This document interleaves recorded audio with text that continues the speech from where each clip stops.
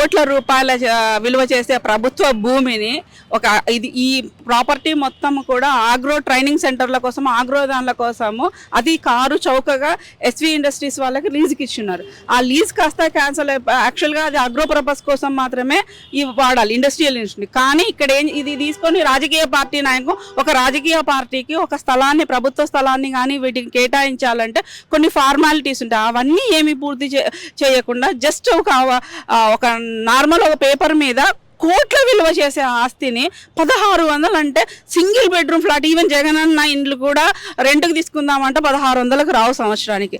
అంత కారు చౌకకి ఈ ప్రభుత్వ భూమిని అప్పనంగా కట్టబెట్టారంటే అధికారాన్ని ఎంత దారుణంగా వాడుకున్నారో తెలుస్తుంది. కేవలం ఇట్లాంటివి చేయడం వల్ల ప్రభుత్వ ధనం ఎంత దుర్వినియోగమో ఒకసారి గమనించాల్సిన అవసరం ఉంది.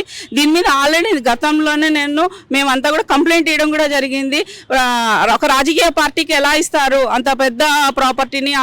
అది ఒక అగ్రికల్చర్ ట్రైనింగ్, ఒక రైతులకి ఇక్కడ ట్రైనింగ్ సెంటర్ ఇంకోటి కట్టాల్సిన ఈ ప్రాపర్టీని కర్నూలు హార్ట్ ఆఫ్ ద టౌన్లో ఉంది. ఇంత వాల్యుబుల్ ప్రాపర్టీని ఏ ఇన్స్టిట్యూట్కో ఇచ్చినట్లయితే ఇప్పుడు అనేక ఇన్స్టిట్యూట్స్ని అవి ఇవి తెస్తామని ఎక్కడో సిటీ దూరంగా తీసుకొని పడుతున్నారు. అట్లాంటిది ఇట్లాంటి ఏరియాలో ప్రజలకు ఉపయోగపడిన వాటికి వాడకుండా ఒక రాజకీయ పార్టీకి వాడడం అన్నది ఎంతవరకు కరెక్ట్?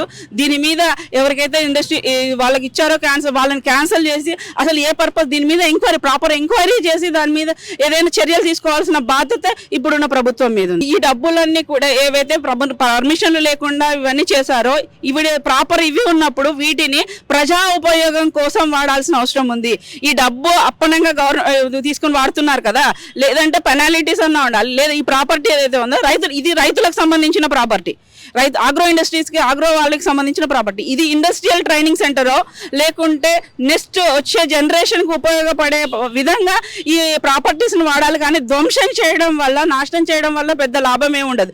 కానీ ఈ ప్రాపర్టీని ప్రజలకు ఉపయోగపడే విధంగా దీన్ని ఎట్లా మార్చాలి, ఒక గవర్నమెంట్ ఇన్స్టిట్యూట్గా దీన్ని ఎట్లా మార్చాలి, దానికి ఎలాంటి చర్యలు తీసుకోవాలి అన్నది ప్రభుత్వం ఆలోచిస్తే బాగుంది. పడగొట్టడం వల్ల సరైన న్యాయం జరుగుతుందని నేను అనుకోను. దానివల్ల ప్రజలకు ఉపయోగపడే ఒక మంచి పని చేసినట్లయితే చాలా బాగుంటుందని నా కోరిక. ఎన్ని బిల్డింగులు కూల్చినా, ఎంతమంది నాయకుల్ని బెదిరించినా, ఎంతమంది కార్యకర్తల ప్రాణాలు తీసినా వైఎస్ఆర్ కాంగ్రెస్ పార్టీ కానీ మా నాయకుడు జగన్మోహన్ రెడ్డి గారు కానీ వెనక్కి తగ్గేదే లేదు.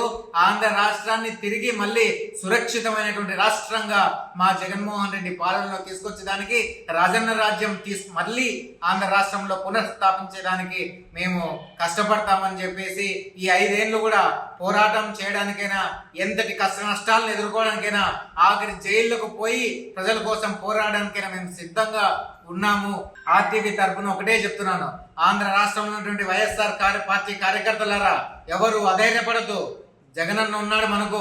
మీ నాయకులుగా మేమందరం ఒకరికొకరు తోడుండి మన యొక్క హక్కులను మనం కాపాడుకుందాం, మన పార్టీని మనం కాపాడుకుందాం. తిరిగి ఆంధ్ర రాష్ట్రంలో ఒక మంచి ప్రభుత్వంగా వైఎస్ఆర్ కాంగ్రెస్ పార్టీని మళ్ళీ 2029లో ఏర్పరచుకునే దానికి సిద్ధం. మరిన్ని వీడియోస్ కోసం ఛానల్ ని సబ్స్క్రైబ్ చేయండి. లేటెస్ట్ అప్డేట్స్ కోసం వాట్సాప్ ఛానల్ ని ఫాలో చేయండి. అండ్ లింక్ డిస్క్రిప్షన్ లో ఉంది.